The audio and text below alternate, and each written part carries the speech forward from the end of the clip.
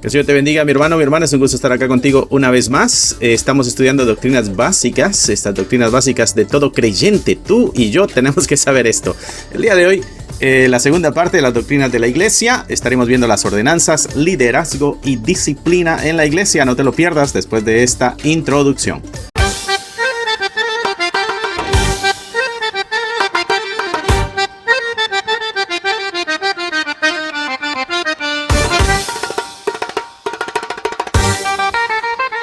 Muy bien, mi hermano, que el Señor te bendiga. Estamos acá con la semana 14, Doctrinas de la Iglesia, segunda parte, ordenanzas, liderazgo y disciplina. Esto es lo que nos corresponde el día de hoy. Espero que tengas tu Biblia, tu cuadernito de notas, lapicero, marcador y todo lo que necesites para sacar el máximo provecho del estudio que estaremos teniendo el día de hoy, ¿no? Así que, sin más ni más, vamos a nuestra Biblia. Yo estoy usando la Reina Valera 1960. El día de hoy quizá nos tome unos minutitos más. Tenemos bastantes pasajes bíblicos para leer y estaremos tocando estas tres áreas, ¿no? Ordenanzas, liderazgo y disciplina en la iglesia, ¿no? ¿Y cuál es el objetivo de nuestro estudio, especialmente el día de hoy?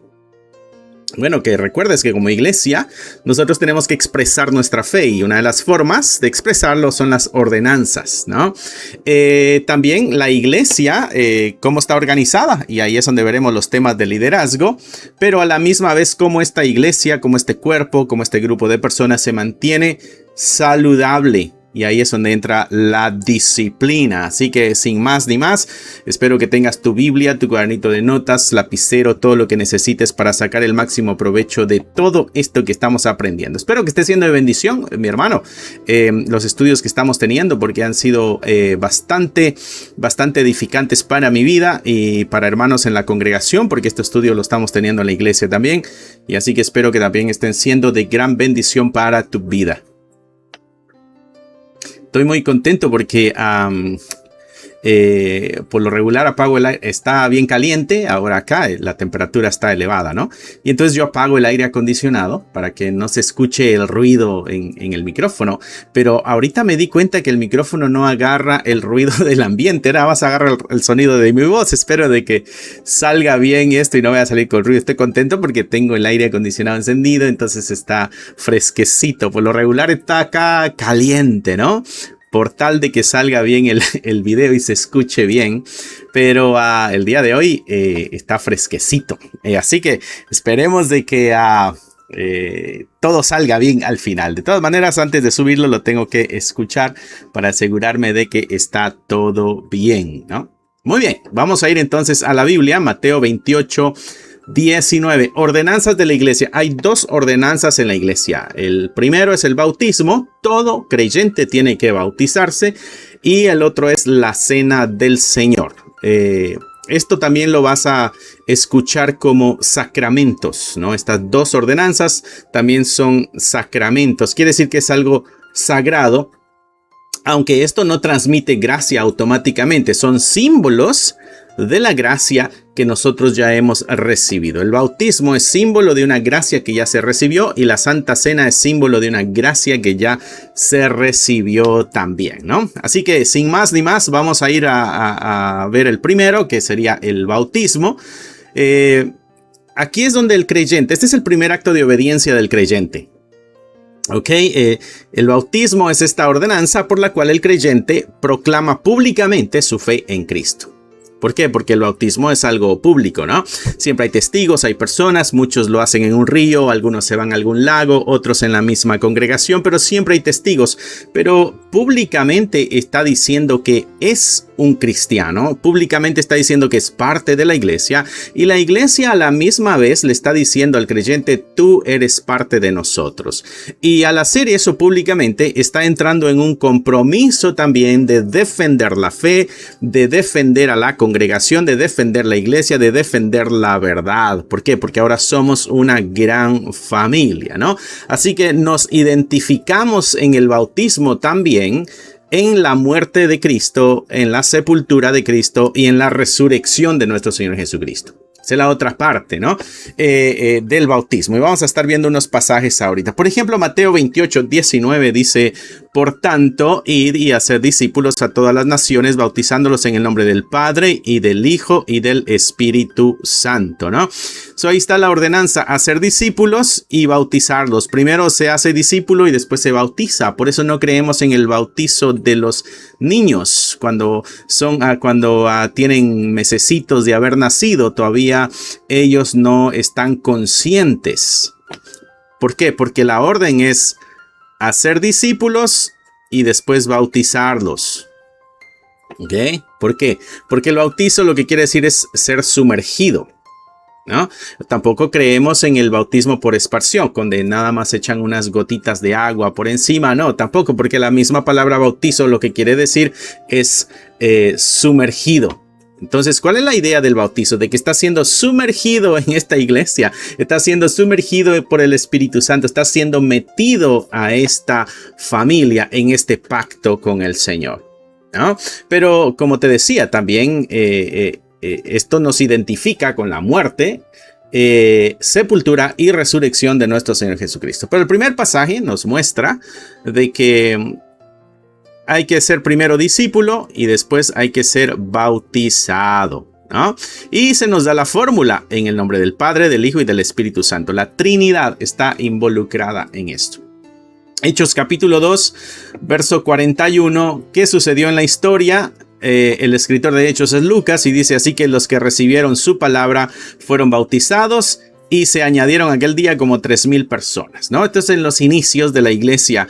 Pero mira lo que pasó aquí. Recibieron la palabra. Por eso no creemos en el bautizo de infantes. Tiene que tener ya una edad donde sea consciente de lo que ha creído. Alguien me ha preguntado, algunas personas a veces preguntan, y quizás tú tengas la duda, ¿cuál será la edad adecuada para que alguien se bautice? Bueno, para eso es necesario conocer al niño, ¿no? Por ejemplo, sé de Luis Palao, recuerdo, en una ocasión escuchaba su testimonio y él a los 8 años se bautizó. Pero tenía una convicción muy fuerte y muy clara del Señor, ¿no? O sea que hay personas que a una edad muy corta tienen la conciencia despierta, están conscientes de su pecado, de que necesitan a un Salvador que es Jesucristo y dan ese paso de fe, ¿no? Hay otros que conocemos también, y de estos abundan, donde son 13, 14, 15, 16 años y todavía no saben ni qué van a hacer con su vida, ¿no? Entonces, depende de la madurez de la persona. Para eso es necesario conocerle a la persona, ¿no? Pero en totalidad, las reglas son claras. Recibieron su palabra. El otro nos decía, fueron hechos discípulos y entonces se es bautizado, ¿no?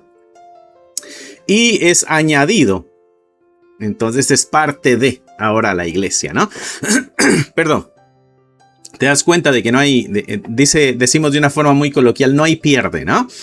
Recibir la palabra, bautizado y ahora ya es parte de. ¿Ok? Hechos 2:41. Ahí están los 3 pasos para ser iglesia.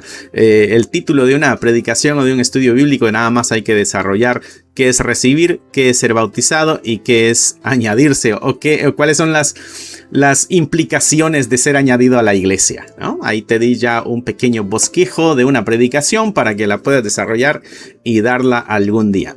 Muy bien, el otro pasaje que vamos a estar leyendo, Romanos 6, versículo 3 al 4. Y aquí es donde vemos esta identificación que tú y yo tenemos cuando hemos sido bautizados.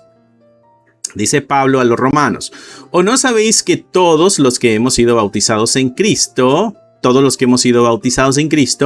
hemos sido bautizados en su muerte? O sea que también nos identificamos con la muerte. Murió él, morimos nosotros a nuestros pecados, ¿no? Porque somos sepultados juntamente con él. También nos identificamos con la sepultura para muerte por el bautismo. El bautismo es un símbolo que demuestra o ejemplifica, ¿no? O nos identifica, para seguir usando la misma palabra, con la muerte de Cristo, con la sepultura de Cristo. ¿Con qué propósito? A fin de que como Cristo resucitó de los muertos por la gloria del Padre, así también nosotros andemos en una vida nueva. Entonces Cristo murió, fue sepultado y resucitó y resucitó glorificado, ¿no? Entonces, ¿en qué forma nosotros nos identificamos? Cuando somos sumergidos morimos a nuestro pecado, somos sumergidos en el agua, eso simboliza que hemos sido sepultados, y cuando salimos del agua, eso simboliza que hemos salido de la tumba, como que resucitamos, y entonces ahora tenemos que andar en vida nueva. Recuerda que todo esto es un símbolo de algo que ya sucedió en tu corazón, pero es necesario, mi hermano, es necesario que todo creyente se bautice. Te diste cuenta en los primeros dos pasajes que leímos, y en el tercero a la misma vez. Todo esto es público, todo esto tiene un simbolismo y es un mandato. Hay que bautizar, hay que bautizarse y hay que bautizar, ¿ok? Así que no tenemos nosotros ahí pierde. Así que entonces podemos concluir nosotros de que el bautismo es un acto de obediencia. No es un acto de salvación. El bautismo no es para ser salvo. Es un acto de obediencia. Tú ya eres salvo, ¿ok? También es un símbolo de la unión con Cristo. ¿Por qué? Porque nos identificamos a su muerte, su sepultura y su resurrección. Y es una señal visible de una entrada a una comunidad de fe. En este caso, la iglesia. Y para el creyente, esto simboliza de que somos parte de esta familia universal. Nosotros la semana pasada veíamos parte de esto, de que somos cuerpo de Cristo, somos el cuerpo del Espíritu Santo, somos morada de Dios. Así que ser parte de la iglesia no es cosa pequeña, es algo bastante grande.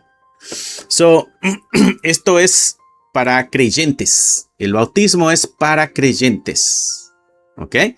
Esto no es para una regeneración automática, no, es porque tú ya eres creyente. Esto no es de que, me voy a bautizar para cambiar. No. Me voy a bautizar para creer en Cristo. No. Te bautizas porque tú ya eres un creyente. Eso es clave, mi hermano. Así que por eso es de que todo creyente debe bautizarse. Y si tú eres creyente, estarías contento de ser bautizado porque estás siguiendo el proceso bíblico, ¿no? Ahora, si tú dices que eres creyente y no quieres bautizarte, entonces ahí hay algo que todavía no te queda muy claro, ¿no? Así que, habiendo del bautismo. El bautismo es este testimonio público de que somos creyentes. Es el testimonio público del evangelio. Por eso la iglesia debe enseñar y practicar el bautismo, ¿ok? Y ahí hacemos la referencia con la Trinidad en el nombre del Padre, del Hijo y del Espíritu Santo. Muy bien. Esa es la primera ordenanza, que es el bautizo. Todos tenemos que bautizarnos. ¿Tú no te has bautizado, mi hermano? Bautízate. Bautízate, ¿ok? No sé dónde bautizarme. Échanos una llamadita y por acá te bautizamos, ¿ok? Por acá ponemos una fecha para bautizarte. Muy bien. Pero tienes que ser creyente primero, ¿ok? Tienes que ser creyente primero. Muy bien. La segunda ordenanza es la cena del Señor. Lo que conocemos como la Santa Cena. Muchas de las iglesias lo hacen el primer domingo del mes. Nosotros lo hacemos el último domingo del mes. Otras congregaciones lo hacen cada 8 días y otros lo hacen una vez por año. La Escritura nos exhorta a hacerlo, ¿no? No nos da una fecha, no nos dice cada cuánto o qué día debe hacerse, pero por lo regular una iglesia cristiana tú vas a darte cuenta que cada mes se hace, ¿no? Y por lo regular es el primer domingo del mes para como iniciar el año, el mes con esta idea de que somos parte de y que estamos metidos en un pacto, ¿no? Bueno, la cena del Señor. Esta es donde nosotros como iglesia recordamos la muerte de Cristo, proclamamos el sacrificio de Cristo, porque eso hace la Santa Cena, y también estamos anticipando su regreso. Estamos reafirmando de que Él va a regresar. Esta es una forma de anunciar de que regresa también. Vamos a ir a Lucas capítulo 22, versículo 19 al 20. Sí, exacto. Estoy viendo acá y no está agarrando el sonido del aire. Así que me está gustando esto porque me estoy sintiendo bien cómodo. Muy bien. Lucas 22. Si no sabes de qué estoy hablando porque acabas de prender el video, vas a tener que regresar al principio. Lucas 22, 19 al 20. Aquí es donde el Señor Jesucristo está instituyendo la cena. Dice, y tomó el pan y dio gracias y lo partió y les dio, diciendo, este es mi cuerpo que por vosotros es dado, haced esto en memoria de mí. De igual manera, después que hubo cenado, tomó la copa, diciendo, esta copa es el nuevo pacto en mi sangre que por vosotros es derramada. Derramá, dice acá nada más. Le faltó la D y la A. Encontramos el primer error en esta Biblia en la internet. No es derramá, es derramada. ¿Ok? Muy bien. El pan lo partió. ¿Y qué es el pan? El cuerpo que por vosotros es dado.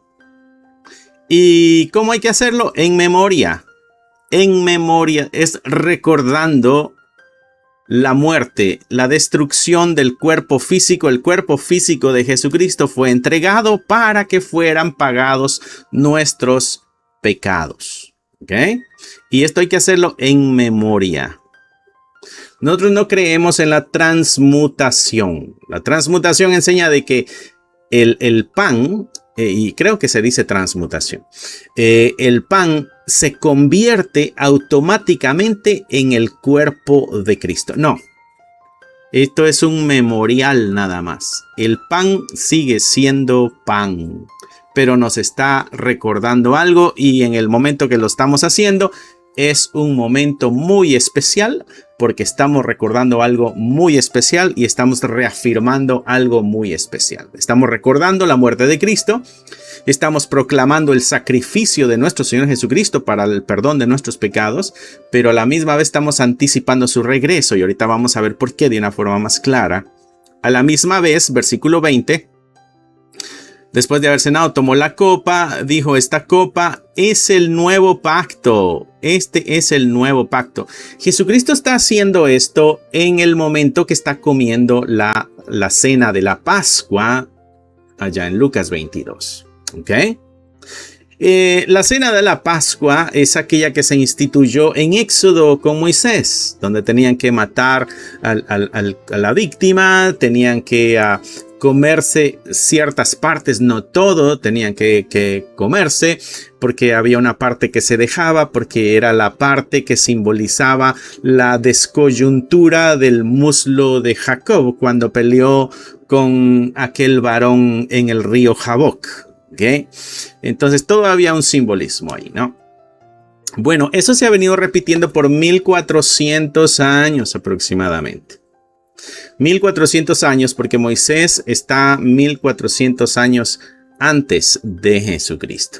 ¿Ok? Entonces ahí podemos irnos dando cuenta de que había un periodo largo con una costumbre que se venía haciendo constantemente. Pero ese cordero simbolizaba a nuestro Señor Jesucristo. Y ahora el pan simboliza al cuerpo de nuestro Señor Jesucristo. Entonces Jesucristo nos está dando ahora, y como estamos metidos en un nuevo pacto, nos está mostrando esto que es nuevo totalmente. Y una práctica nueva. Por eso nosotros como cristianos no practicamos la Pascua del Antiguo Testamento. Nosotros hacemos la Santa Cena. Ahora sí, por ahí han llegado los judaizantes a tu congregación, seguramente. Les han impuesto que hagan las prácticas del Antiguo Testamento, ¿no? Y de pronto esto va a despertar alguna discordia en algunos oyentes, pero esto es lo que la Biblia nos ha enseñado, mis hermanos, ¿no? Ok. Muy bien. Entonces, igual, aquí nos está recordando en el versículo 20 de que la copa es el nuevo pacto. ¿Por qué? Porque hay un pacto viejo, Antiguo Testamento, que ya pasó. Este es un nuevo pacto y este pacto está en la sangre de Cristo. Esa sangre que es derramada por culpa de nuestro pecado. ¿Ok? Así que este es un simbolismo que nos recuerda algo y que nos recuerda que estamos metidos en un pacto nuevo. ¿Okay? Mira aquí, Pablo está escribiéndole Pablo a los Corintios, 1 Corintios capítulo 11, versículo 23 al 26, dice, porque yo recibí del Señor lo que también os he enseñado. Y esto es bien importante y bien especial. Recuerda que Pablo no fue instruido en esta fe. Esto es tremendo con Pablo. Pablo no fue instruido en esta fe por los apóstoles, ni por los discípulos. Pablo fue instruido por el mismo Señor. Y mira lo que él dice aquí. Yo recibí del Señor, o sea, el mismo Señor le instruyó en esto, que el Señor Jesús la noche que fue entregado tomó pan. ¿Ok? Y habiendo dado gracias lo partió y dijo, tomad y comed, esto es mi cuerpo que por vosotros es partido. Lo que acabamos de leer allá en Lucas 22. Haced esto en memoria de mí. Pablo viene y reafirma de que esto es un memorial. Versículo 25, así tomó también la copa después de haber cenado, diciendo, esta copa es el nuevo pacto en mi sangre, haced esto todas las veces que la bebiereis en memoria de mí. Es un memorial también el vino, ¿no? ¿Por qué? Nos recuerda que estamos en un nuevo pacto. Y de ahí dice, así pues, todas las veces que comieres el pan, y todas las veces que bebieres la copa, ¿qué pasa? La muerte del Señor anunciáis. ¿Ok? Estamos anunciando la muerte de Cristo. Pero también estamos anunciando que regresa. ¿Por qué? Porque lo vamos a seguir haciendo hasta que Él venga. Estamos a la misma vez reafirmando de que Él va a regresar. ¿No? Tremendo, mi hermano. Mira, esto está tremendo también. Primera de Corintios capítulo 10, versículo 16 al 17. ¿No? La cena del Señor, decíamos que era esta ordenanza donde la iglesia recuerda la muerte de Cristo, proclama su sacrificio y anticipa su regreso, ¿no? Pero hay algo más que anuncia también la cena del Señor. Y esto es bien importante. Capítulo 10 de la primera carta a los Corintios. La iglesia de los Corintios de pronto se dan sus escapaditas, van al templo pagano, ven los sacrificios y todo eso, ¿no? Y seguramente ellos en su corazón decían, esto no es problema porque yo no creo en ídolos, ¿no? Yo no creo en eso. Me gusta ver el show. Me gusta ver todo lo que hacen, ¿no?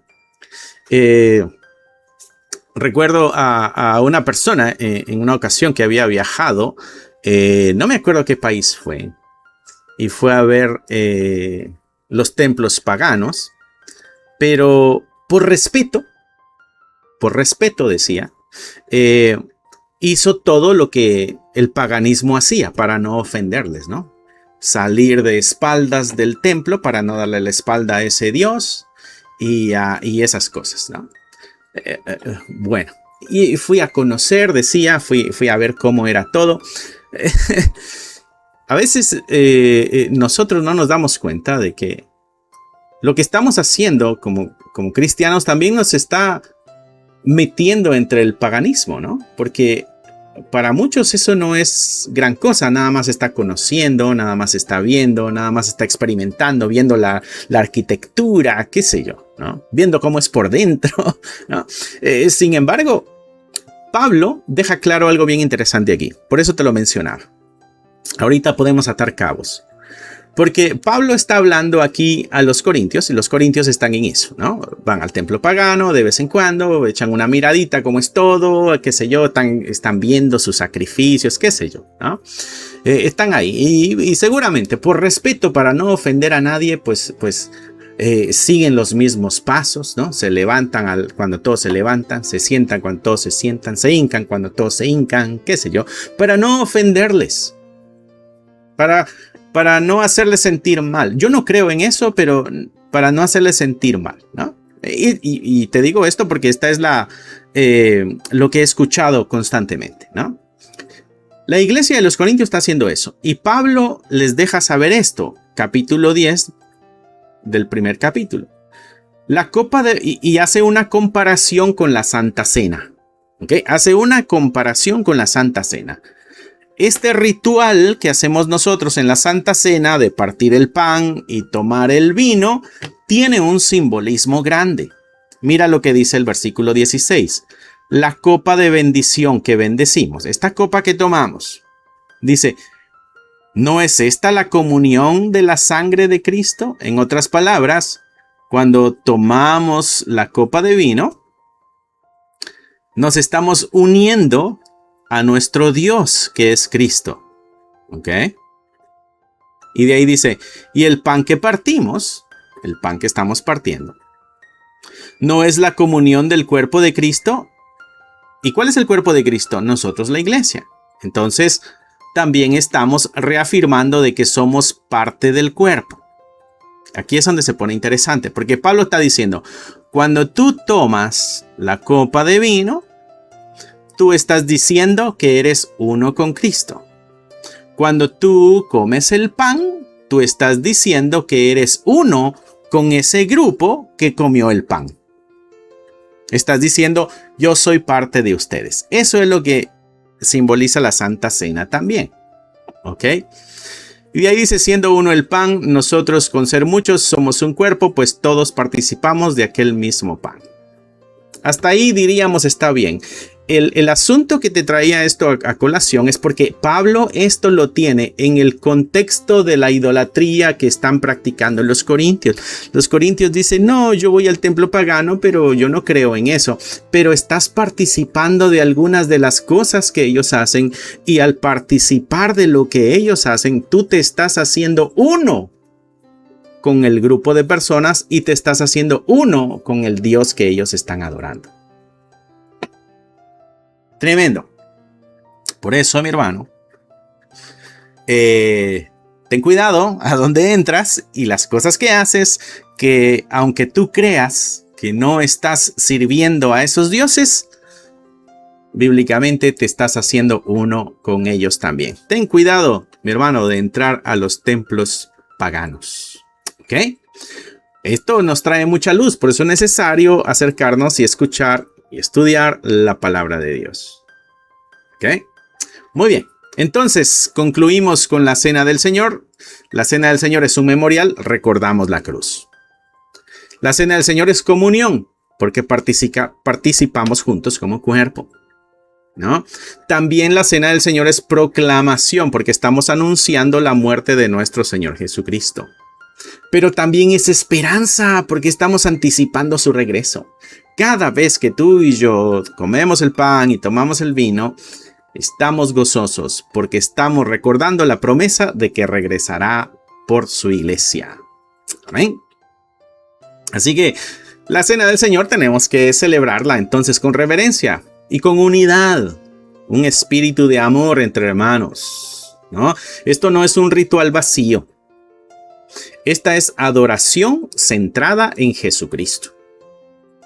Por eso es necesario que tú y yo nos examinemos antes de participar. Mira lo que dice 1 Corintios capítulo 11, versículo 28. Dice, pruébese cada uno a sí mismo y coma del pan y beba de la copa.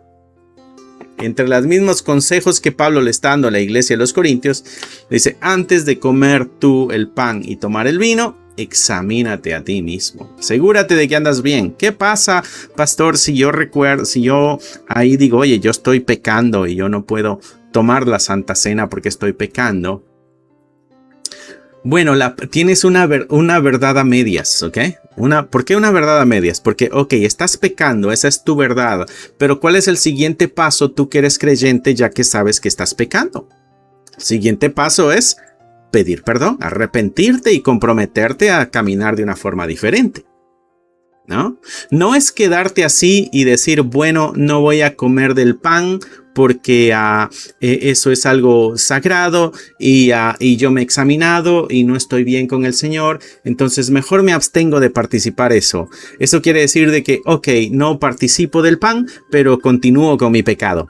Eso no es muy cristiano, mi hermano. Eso no es muy cristiano, ¿ok? Es arrepentirse, comprometerse y tomas el pan el vino y te haces parte. Recuerda que al tomar el pan y al tomar el vino, le estamos diciendo a Cristo, pertenecemos a ti, y le estamos diciendo a la iglesia, yo soy de ustedes. Cuando tú no tomas el pan y no tomas el vino, tú le estás diciendo a Cristo, yo no soy uno contigo, y a la misma vez le estás diciendo a esa comunidad de fe, yo no soy parte de ustedes. Esto es clave y es importantísimo, mi hermano. Por eso es algo a lo que tú no debes faltar ni fallar. Recuerda eso, por favor, te va a servir mucho. Muy bien, esas fueron las ordenanzas de la iglesia. 2. Bautismo y Santa Cena. ¿Okay? Te dije que íbamos a tardar un poquito más el día de hoy. Pasamos al siguiente tema, que es el liderazgo de la iglesia. Voy a tratar de ser más rápido. ¿Okay? Liderazgo de la iglesia. Vamos a ir a 1 de Timoteo, capítulo 3, del 1 al 7. ¿No? Este pasaje lo hemos estudiado muchas veces, así que no vamos a entrar en detalle de cada una de las palabras, pero nos estamos dando cuenta de que hay bases aquí para el liderazgo de la iglesia. La iglesia, mis hermanos, no es una democracia, ¿ok? No es donde todos votamos y si la mayoría gana, entonces así es el asunto, y si la mayoría dice no, entonces es un no. No, esa no es la iglesia. La iglesia es una teocracia enfocada en Cristo. Cristo es el rey. Nosotros somos el cuerpo. Recuérdale, la cabeza, nosotros somos el cuerpo. Así que Cristo es la cabeza y Él es el que ha establecido líderes para guiar, para enseñar y para cuidar. Por eso debemos depender del Señor en todo. ¿Okay?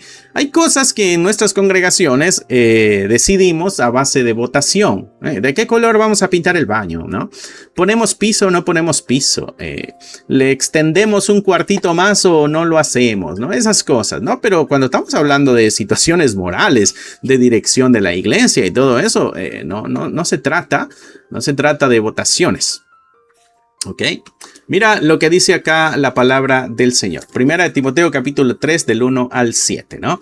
Y hay dos estructuras básicas que podemos encontrar nosotros de liderazgo en la escritura. Una son los pastores y los otros son los diáconos. ¿Ok? A los pastores también los vas a encontrar tú como ancianos o los vas a encontrar como obispos. Estas tres palabras las usa la escritura para el mismo oficio. Pastores, ancianos, obispos, la misma cosa. Y diáconos es el otro grupo, ¿no? Los pastores o ancianos o los obispos son personas que han sido llamadas por el Señor y tienen la responsabilidad de enseñar, de guiar, de cuidar y de supervisar a la iglesia. De enseñar, de guiar, de cuidar y de supervisar a la iglesia. Mira lo que dice 1 de Timoteo, capítulo 3, versículo 1 al 7. Pablo le está escribiendo a Timoteo. Timoteo está dirigiendo la iglesia en Éfeso. Palabra fiel, o sea, esto es verdadero, ponle atención aquí, es lo que quiere decir palabra fiel, ¿no? Aquí hay fidelidad en estas palabras, escúchalas bien, ¿no? Si alguno anhela obispado, y ya vimos que obispo es lo mismo que pastor y anciano, obispo lo que quiere decir es el que dirige, ¿ok? Si alguno anhela ser el pastor o dirigir o ser un anciano de la iglesia, dice, una buena obra desea. O sea, qué bueno que en su corazón está el deseo de hacer algo tremendo, tan bueno. Pero, dice Pablo, es necesario que este que va a ser obispo o que anhela ser obispo sea irreprensible. Entonces empiezan las características del carácter. Esto es interesante porque está enfocado en el carácter. Irreprensible. O sea, que no haya nada que lo reprenda. Marido de una sola mujer. Sobrio. Esto quiere decir que tiene dominio propio. Prudente. Te la piensa muy bien. Decoroso. Hospedador. Apto para enseñar. Debe tener la capacidad para enseñar. Pero entre todas las características de carácter, 1, 2, 3, 4, 5, 6. Y de ahí nos dio una habilidad. Apto para enseñar. No dado al vino, no pendenciero, no codicioso de ganancias deshonestas. Tiene que ser amable, apacible, no tiene que ser avaro. Tiene que gobernar bien su casa. Hay que ver cómo vive en su hogar. Hay que ver si sus hijos están en sujeción con toda honestidad. O sea, eso no es de que los tiene amenazados y bajo violencia, ellos tienen temor. No, Esto está hablando de amor. Dice, pues el que no gobierna bien su casa, ¿cómo cuidará de la iglesia de Dios? O sea que el hogar tiene que ser un ejemplo de cómo la iglesia va a ser manejada, en otras palabras, ¿no? No tiene que ser un neófito. Neófito es nuevo, ¿no? Viene un nuevo, muy conocido, muy familiar para muchos y es muy querido, es muy apreciado por multitudes y bueno, pongámoslo de pastor para que la iglesia tenga a alguien que ellos quieren, ¿no? Entonces dice Pablo, no, si es nuevo, no. ¿Por qué no si es nuevo? Porque puede envanecerse. Todavía su carácter no ha sido totalmente humillado o quebrantado, si pudiéramos usar ese vocabulario. Todavía no ha sido bien formado en la fe, no está firme y pudiera llegarle el orgullo, ¿no? Acabo de empezar y ya soy pastor de una iglesia. No va a ser que envaneciéndose caiga en la condenación del diablo. ¿Recuerda lo que hizo el diablo? Dijo, espera. Yo merezco adoración y quiso sentarse en el trono de Dios. Y entonces fue expulsado. No vaya a ser que un nuevo, como es nuevo, quiera buscar gloria para él mismo. Entonces, vamos a protegerlo.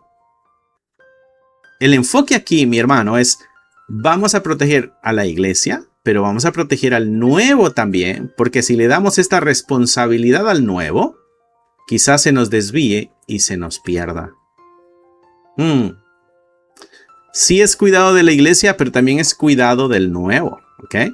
Dice, también es necesario que tenga buen testimonio de los de afuera. También hay que ver cómo los demás lo ven. Porque si no va a caer en descrédito y va a caer en lazo del diablo. Entonces Pablo le da a Timoteo las características. Y el gran enfoque es el carácter, ¿no? También a Tito le da una lista similar. Le dice Tito 1, capítulo 1, versículos 5 al 9, ¿no? Le dice Pablo, por esta razón te dejé en Creta para que corrigieses lo deficiente. Ya con eso sabes que la iglesia en Creta no andaba muy bien. Y entonces, ¿qué tiene que hacer Tito? Establecer ancianos. Tiene que poner ancianos. Estos son pastores, ¿ok? En cada ciudad. O sea, hay varios grupos hay un grupo en cada ciudad, imagina esto. Entonces, pero no tienen quien les esté dirigiendo. Bueno, pon a un anciano, pon un pastor en cada ciudad, así como yo te mandé. Y entonces da la lista.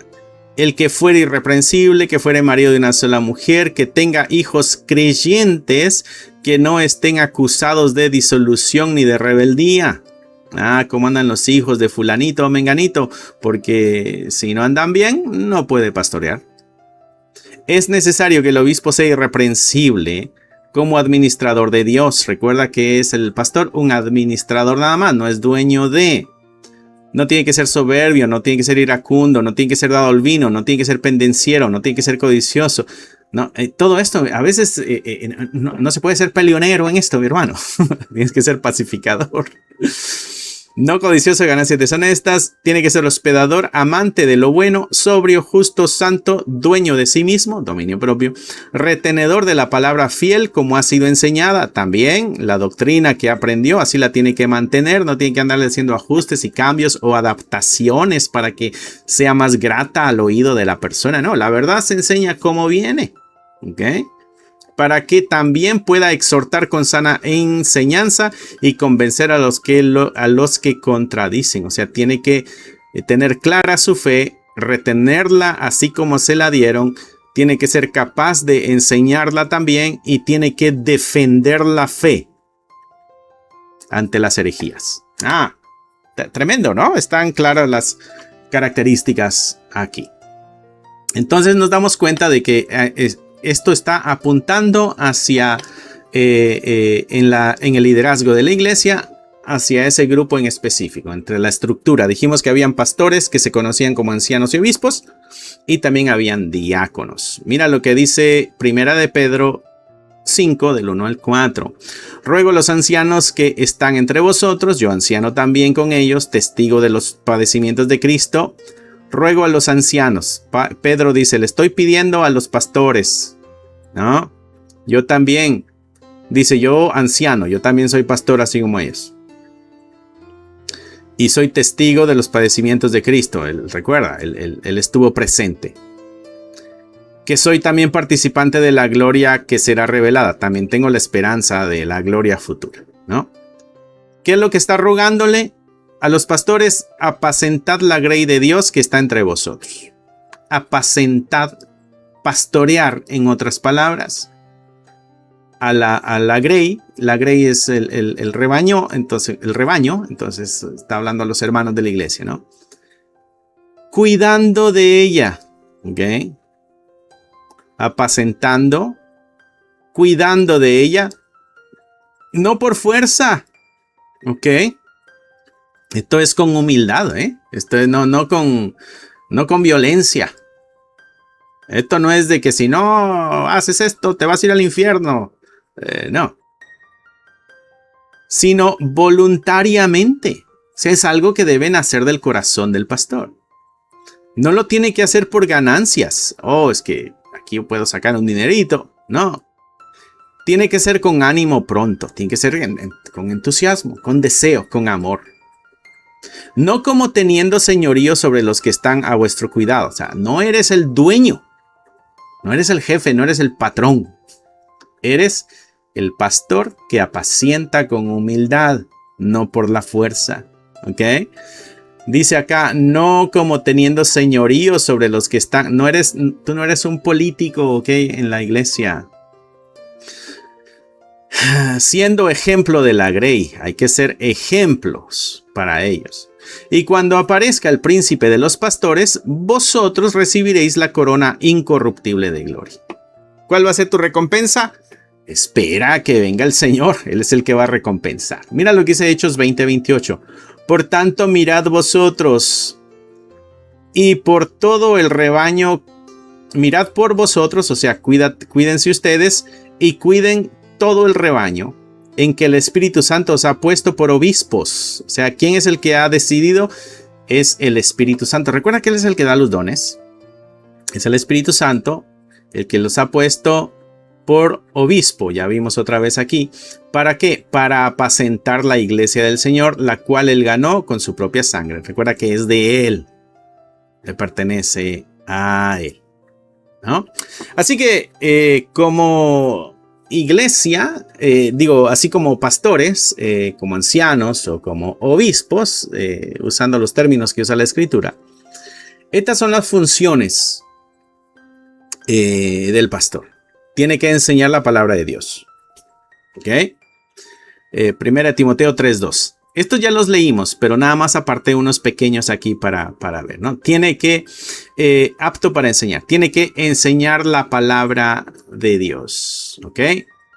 Tito 1:9. Tiene que saber la palabra de Dios para convencer a los que contradicen y exhortar con sana enseñanza. O sea, debe proteger de falsas doctrinas. Esa es la responsabilidad del pastor. 13:17 de Hebreos. Obedeced a vuestros pastores, sujetaos a ellos. ¿Por qué? Porque ellos velan por vuestras almas, como quienes han de dar cuenta, ¿ok? Para que lo hagan con alegría y no quejándose, porque esto no es de provecho. El pastor tiene que cuidar con alegría a la iglesia, ¿no? Pero ¿qué es lo que hace? Vela por vuestras almas. Es un guía espiritual, el pastor de la iglesia, ¿no? 1 Pedro 5:2. Cuida como un pastor, apacentad la grey de Dios. Es un cuidador también, ¿no? Y 1 Pedro 5:3 dice que siendo ejemplo de la grey. El pastor debe ser un modelo de santidad. ¿Ok? Tremendo, ¿verdad? Así que espero que esto, mi hermano o mi hermana, esté ayudando al mejor entendimiento de cómo una iglesia va a funcionar. ¿Ok? Muy bien. Y esos fueron los pastores, ancianos o los obispos. ¿Ok? Ahora vemos el otro grupo en el liderazgo de la iglesia, que son los diáconos. Oye, este video va a estar un poquito larguito. Bueno, ya vamos a terminar. Pero estamos aprendiendo bastante, eso es lo bueno, ¿no? Diáconos. Lo bueno que tú puedes ponerle una pausa y continuarlo después si se te hace muy largo. Diáconos. Diácono lo que quiere decir es servidor. Estos son siervos oficiales de la iglesia, digamos, que apoyan en las necesidades que hay en la iglesia, necesidades prácticas. ¿Para qué? Para que el pastor, el obispo o el anciano se dediquen a su labor y no se entretengan en otras cosas. Entonces ahí es donde viene la necesidad de los diáconos. ¿Okay? El diácono es alguien que está ayudando para que el pastor no tenga que hacer esas tareas y se ocupe de las tareas que le corresponden hacer. ¿Sí me explico? No es de que unas tareas sean más valiosas que otras o qué sé yo. Vamos a ver ahorita. Mira lo que dice Hechos capítulo 6, versículo 1 al 6. Dice, en aquellos días, como creciera el número de los discípulos, hubo murmuraciones de los griegos contra los hebreos de que las viudas de aquellos eran desatendidas en la distribución diaria. Aquí está el pasaje, el primer modelo de servicio de diáconos, ¿ok? La iglesia estaba dando ayuda a las viudas, pero habían viudas de habla griega que estaban recibiendo menos que las viudas de habla hebrea. Había discriminación. Y entonces los griegos se dieron cuenta de eso y dijeron, oye, esto no está bien, somos la iglesia, todos tenemos que ser tratados igual, no podemos estar discriminándonos. Y entonces los apóstoles dijeron, oye, eso tienen toda la razón, eso no está bien. ¿Ok? Dice acá, entonces el versículo 2 dice, entonces los 12 convocaron a la multitud de los discípulos, juntaron a toda la gente y les dijeron, no es justo, y cuando es justo es correcto, ¿ok? O sea, en otras palabras, no es correcto. A veces nosotros la palabra justo es como que, ay, es una tremenda dolor. No es correcto, pongámosle ahí, o sea, no es adecuado, no está bien, en otras palabras, que nosotros, estos son los apóstoles, dejemos la palabra de Dios para servir a las mesas. ¿Ok? ¿Qué es lo justo en el reino de los cielos? ¿Qué es lo correcto en el reino de los cielos? Los apóstoles tenían una misión, una función. Y él dice, bueno, nosotros tenemos la función de la palabra de Dios. ¿Ok?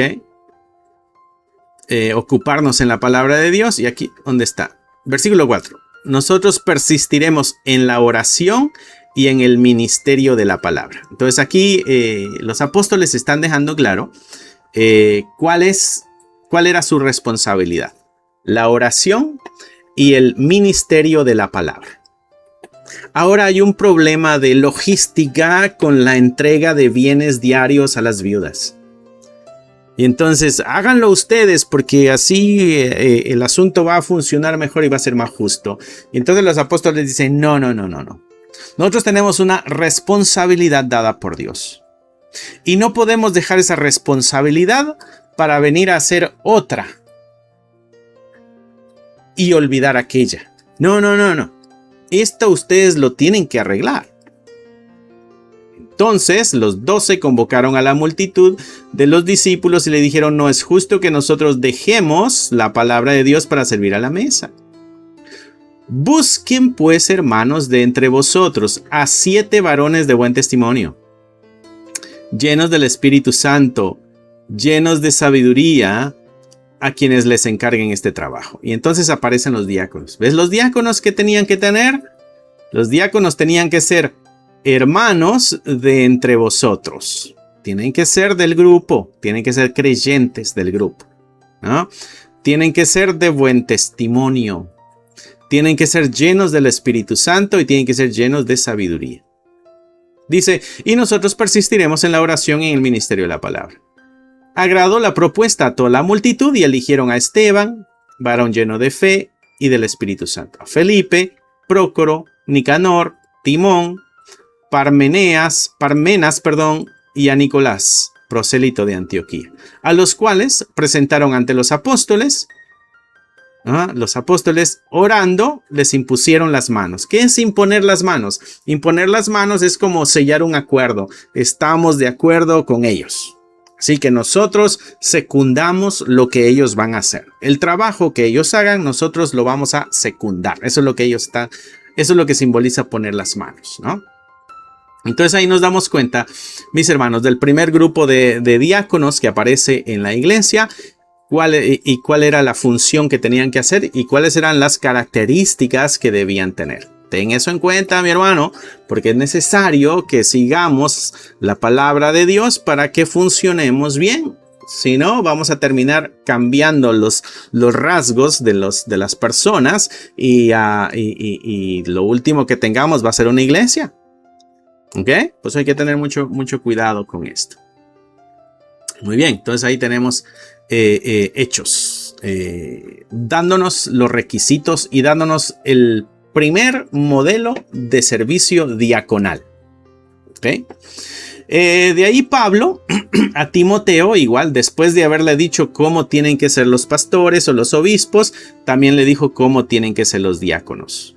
Ahí estamos en 1 Timoteo 3, del 8 al 13. Dice requisitos de los diáconos. Los diáconos asimismo deben ser honestos, sin doblez, o sea, no hay que ser hipócritas, no dados a mucho vino, no codiciosos de ganancias deshonestas, que guarden el misterio de la fe con limpia conciencia. Estos tienen que ser sometidos a prueba primero, y entonces que ejerzan el diaconado si son irreprensibles. Las mujeres sean honestas, que no sean calumniadoras, que no sean sobrias, que sean sobrias, que sean sobrias, que sean fieles en todo. Los diáconos que sean maridos de una sola mujer, que gobiernen bien a sus hijos y sus casas, porque los que ejerzan bien el diaconado ganan para sí un grado honroso y mucha confianza en la fe que es en Cristo Jesús. Así que el grupo de diáconos entonces en su función en la iglesia deben servir en las necesidades prácticas. Deben promover la unidad, deben apoyar la misión de la iglesia y deben liberar a los pastores para la enseñanza. O sea, no dejes que tu pastor haga la tarea que los demás tienen que hacer. Así se puede ocupar en la labor de la oración y el ministerio de la palabra de Dios. ¿Ok? Interesante, ¿verdad? Y si te diste cuenta, de la misma manera, el carácter está por encima del talento. Los requisitos que Pablo pide tanto al pastor como a los diáconos son requisitos morales, no son requisitos técnicos, ¿no? El servicio está por encima del poder. El liderazgo, mis hermanos, es sacrificio, no es control. Y Cristo es la cabeza. Así que los líderes somos siervos del Señor, no somos dueños de la iglesia. ¿Okay? La iglesia tiene la responsabilidad entonces de elegir líderes por carácter, no por carisma. Tú me caes bien, votemos por ti. Nosotros somos un grupo que te va a apoyar y porque queremos de que tú seas nuestro líder y vamos a votar para que tú seas nuestro líder. No, es por el carácter. Y ahí es donde nosotros entendemos también el llamado del Señor. Los líderes deben modelar humildad y deben modelar servicio. Y así la iglesia, de la misma manera, debe honrar y debe apoyar a sus líderes que son fieles. ¿Ok? El liderazgo que es bíblico va a proteger a la iglesia de abusos y va a proteger a la iglesia de divisiones. Muy importante eso, mi hermano. Por eso el liderazgo es clave cómo se selecciona en una congregación. ¿Ok? Muy bien, tremendo. Y ahora sí, pasamos. Este video se hizo larguísimo, ¿eh? Vamos a pasar al siguiente punto. No quiero dejarlo aquí a la mitad para agarrar el tema completo la siguiente semana. Y esta es la otra parte, la disciplina de la iglesia. En la iglesia hay disciplina. ¿Okay? Si se te está haciendo muy largo el video, mi hermano, ponle un stop, descansa, continúa viéndolo mañana. Pero acá lo vamos a terminar. La disciplina en la iglesia. La disciplina, mis hermanos, no es un castigo. Es un acto de amor. ¿Okay? Y la disciplina es el proceso por el cual la iglesia corrige al creyente que persiste en su pecado. ¿Y cuál es el propósito? Restaurarlo y proteger la santidad del cuerpo de Cristo, de toda la iglesia. Así que la disciplina es esta corrección espiritual que ejerce la iglesia en tres dimensiones, digamos. La primera es de que va a restaurar al creyente. La disciplina debe tener la intención de restaurar al creyente, debe tener la intención de proteger la pureza de la iglesia y debe tener la intención de honrar el nombre de Cristo. Por eso es necesaria la disciplina, ¿no? Vamos a ir a Mateo 18, 15 al 17. Mateo 18, 15 al 17. ¿Cómo se debe perdonar al hermano? Este es Jesucristo hablando, pero nos está dejando aquí claro algo, que hay una orden que viene de parte de Jesucristo en cuanto a la disciplina. Mira lo que dice el versículo 15. Por tanto, dice, si tu hermano peca contra ti, ahí está la falta, ve y repréndele estando tú solo. Hay una confrontación, eso es parte de la disciplina, pero nos da un paso, nos da pasos, nos da un proceso. O sea que la disciplina ordenada por Cristo es un proceso. ¿Ok? Repréndele tú estando él solos. No le importó. Bueno, si te oyere, gloria a Dios, ganaste un hermano. No, pero la persona salió un poquito brava y no agarró la corrección. Si no te oyere, toma aún contigo a uno o dos para que en boca de 2 o 3 testigos conste toda palabra, ¿no? Y esto es parte de las instrucciones del Antiguo Testamento donde tenían que haber testigos para el juicio, ¿no? Entonces te agarras a 2 o a 3 para que conste todo lo que se está haciendo. Aquí queda constancia de que estamos buscando de que esta persona vea su pecado, pueda tener restauración, estamos protegiendo a la iglesia y estamos honrando a Cristo, ¿no? Bueno, tampoco escuchó a los 2 o 3 testigos. Versículo 17. Si no los oyere a ellos, dilo a la iglesia. Oh, entonces vamos escalando, ¿no? Y si no oyere a la iglesia, tenle por gentil y por publicano. Tenlo como alguien que no es creyente, alguien que no es discípulo de Cristo. Tenlo como alguien que es incrédulo. O sea, no está diciendo ódialo, sino que el incrédulo no va a poder tener la misma participación que tiene el creyente en la iglesia. ¿Te das cuenta de que ahí viene parte de la disciplina? ¿Ah? El incrédulo, si tenía una función, bueno, ahora le vamos a tener como un gentil y como por publicano. Entonces no puedes funcionar como estabas funcionando. Lo lamentamos, tienes que dejar tu puesto, sea lo que sea que estés haciendo, ¿no? Seas obispo, pastor o anciano, o seas uno de los diáconos. ¿Por qué?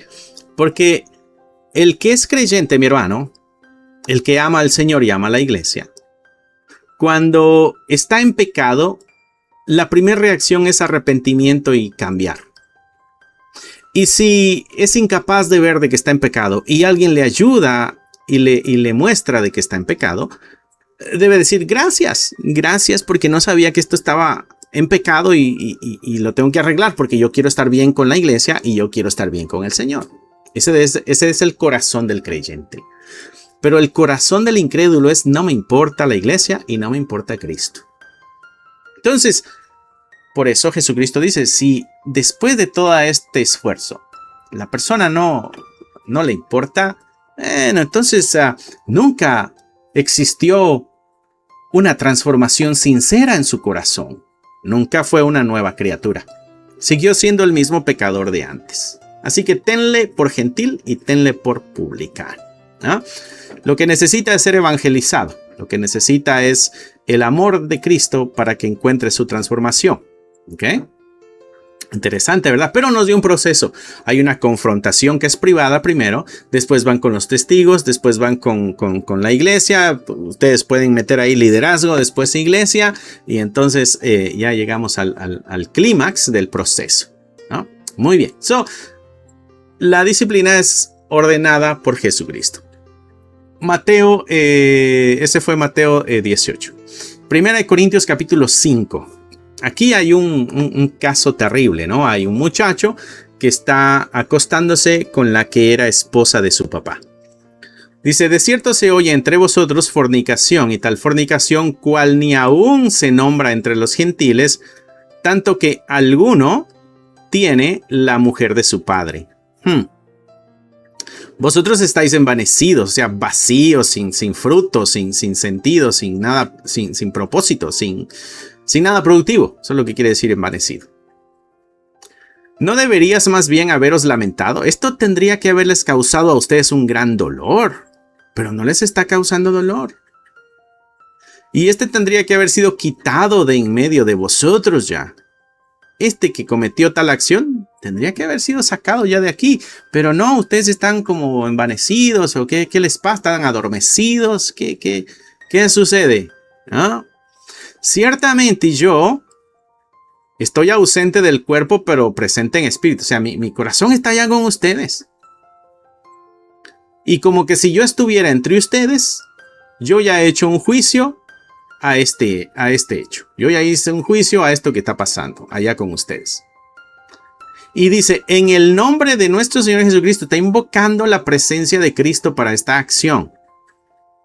Jesucristo. ¿Ok? Reunidos vosotros, la iglesia, y mi espíritu, o sea, Pablo que dice, mi corazón está allá con ustedes y yo les estoy mandando cuál es el veredicto, con el poder de nuestro Señor Jesucristo, el tal sea entregado a Satanás para destrucción de la carne, a fin de que el espíritu sea salvo en el día del Señor Jesús. Entonces Pablo dice, aquí debe tomarse acción. Una de las acciones es que sea entregado a Satanás para destrucción de la carne. En otras palabras, sáquenlo de la iglesia.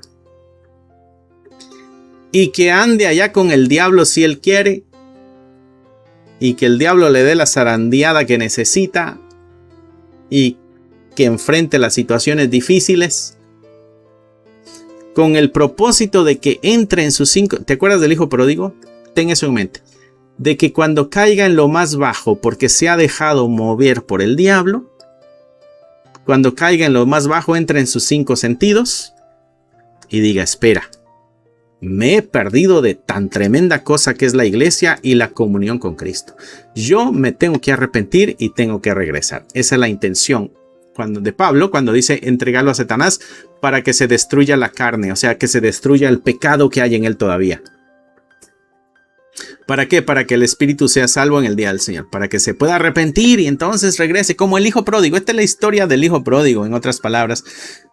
Fuera de la cobertura de la casa del padre, allá con los marranos. ¿Recuerda la historia del hijo pródigo?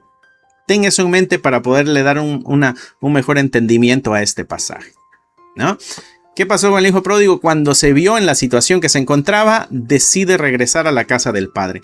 La intención de Pablo es la misma aquí. Déjenlo, sáquenlo, que enfrente que su pecado y el diablo allá ellos, este si es de Cristo va a regresar. Jesucristo dijo, es mejor entrar al reino de los cielos sin un ojo que irse al infierno con los dos. Entrar al reino de los cielos sin una mano que irse al infierno con los dos. Déjalo que su pecado le lleve todas las consecuencias que tenga en su vida. Eso le puede hacer despertar y regresar al camino una vez más. Esa es la intención de Pablo. La intención de Pablo es crear un algo donde haya un despertar espiritual y pueda tomar acción y decisiones que le lleven a la restauración. ¿Ok? Pero la función era de la iglesia. La otra cosa que quería que viéramos aquí es el juicio que se hace. El juicio no es individual, no es alguien bravo diciendo, oh, vamos a hacer esto y ya. No. Aquí estuvo el Señor Jesucristo, estuvo reunidos vosotros, estamos hablando de la iglesia. Aquí estaba Pablo, ¿no? Una conclusión que se llevó en un grupo. No fue de una persona, no fue algo arbitrario. Versículo 6 dice, no es buena vuestra jactancia, no sabéis que un poco de levadura leuda toda la masa, no sabes que si dejas ese pecado se va a contaminar todo. O sea que la otra razón, ya vimos que la primera es para que se restaure el muchacho, ¿no? Pero la otra es para que no contamine al resto de la iglesia. ¿Por qué? Porque el pecado se pega. Para que no se contamina. Entonces dice, limpiaos de la vieja levadura. Límpiense ustedes de eso. Para que seáis nueva masa sin levadura como sois. Porque nuestra Pascua, que es Cristo, ya fue sacrificada por nosotros. Ya se pagó el precio del pecado. ¿Para qué seguir pecando y seguir cobrando el precio? No, hombre. Así que celebremos la fiesta, no con la vieja levadura, ni con la levadura de malicia, de maldad, sino con panes sin levadura de sinceridad y de verdad. Ya es el ejemplo del pan sin levadura, ¿no? Vamos a dejarlo ahí. Interesante. Hay una expulsión temporal del miembro que persiste en un pecado grave. Persistía en su pecado, hay una expulsión, ¿no? Aquí hay otro tipo de disciplina, versículo 9. Os he escrito por carta que no os juntéis con los fornicarios. No te juntes con los fornicarios, dice Pablo. Os he escrito por carta. Quiere decir que había una carta anterior que Pablo les mandó y ellos la recibieron y ahí Pablo les decía, no se junten con los fornicarios. Y ellos dijeron, ok, no nos vamos a juntar con los fornicarios. Y se alejaron de los fornicarios del mundo. Y entonces Pablo les corrige y dice, no absolutamente con los fornicarios del mundo. No a los del mundo. No con los avaros del mundo. No con los ladrones del mundo. Júntense con ellos. Júntense con ellos. Júntense con los que andan en idolatría. No les dije apártense porque si no ustedes van a tener que salir del mundo. ¿Cómo van a salir ustedes de este planeta? De una de otra forma tienen que juntarse con estas personas. ¿Por qué? Porque tenemos que ser luz y tenemos que ser testimonio para ellos. Estaba escuchando unas estadísticas y decía este escritor que el nuevo cristiano es útil en el evangelismo los primeros 2 años. Ya después ya no. ¿Por qué en los primeros 2 años? Porque todavía tiene amigos que son incrédulos. Y entonces todavía puede ser luz para ellos. Ya después de 2 años como que ya no. Y esto es lo que Pablo está diciendo aquí. Ustedes, yo les dije que no se junten con el avaro, con el idólatra y todo eso, pero no con el del mundo, porque a ellos ustedes tienen que irles a dar el testimonio. O sea, van a tener que ir a juntarse con ellos, van a tener que predicarles el evangelio, van a tener que anunciarles la verdad de Cristo para que encuentren su salvación. No. Lo que yo les dije, dice, más bien os escribí que no se junten con ninguno que llamándose hermano. ¿Ok? Con ninguno que diga, yo soy cristiano. Pero este cristiano es fornicario. Este cristiano es avaro. Este cristiano es idólatra. Este cristiano es maldiciente. Este cristiano es borracho. Este que dice que es cristiano es ladrón. Con el tal, ni aún comáis. Esta es otra parte de la disciplina. Toma distancia de este cristiano que anda en estas prácticas pecaminosas. Nosotros decimos, ay no, pobrecito, porque si no, tenemos que mostrar amor, tenemos que perdonar. Pablo dice, no es así como funciona. Tu lógica suena muy interesante, pero no es así. Dice, porque ¿qué razón tendría yo para juzgar a los que están fuera? No juzgáis vosotros a los que están dentro. O sea, que hay que juzgar al que está dentro. A los que están fuera Dios los juzgará. Quiten pues a ese perverso de entre vosotros. Y ahí está la disciplina en la iglesia. Expulsión y distancia del pecador. Pero mira lo que dice 6:1 de... según de Tesalonicenses 3, 14, 15. Si alguno no obedece a lo que decimos por medio de esta carta, a ese señaladlo. O sea, va a haber, hay un juicio, mi hermano, y hay un señalamiento.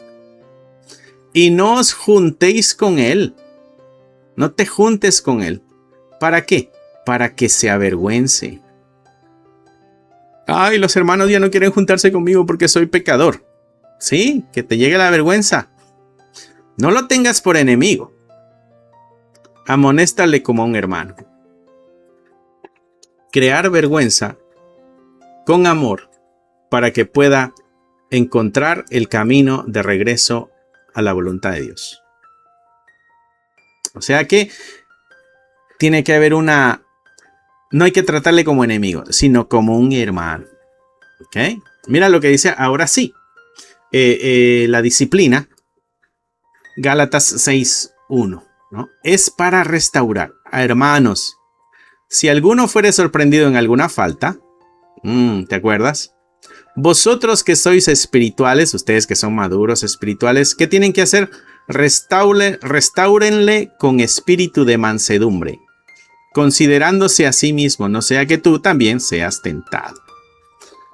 Hay que restaurar al pecador con espíritu de mansedumbre, porque cuando tú y yo estemos en una situación similar o pudiéramos estar en una situación similar, obvio tenemos que luchar para no estar en una situación similar, pero si llegáramos a caer en algo similar, tenemos entonces, podemos también recibir ese amor y esa gracia de nuestros hermanos.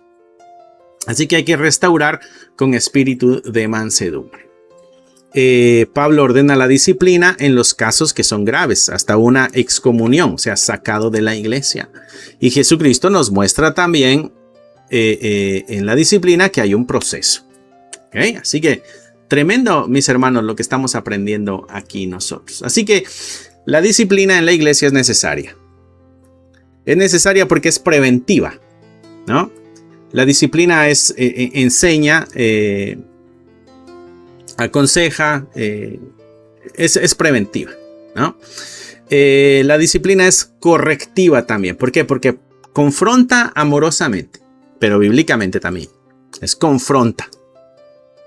Y también la disciplina tiene la intención de restaurar. El objetivo no es expulsar, sino recuperar al hermano en santidad. ¿Ok? Así que como iglesia, mis hermanos, cuando tocamos la disciplina, tenemos que restaurar al pecador, tenemos que proteger a la iglesia de la contaminación moral, tenemos que preservar el testimonio del evangelio y tenemos que demostrar un amor verdadero también. Mira lo que dice Hebreos 12:6.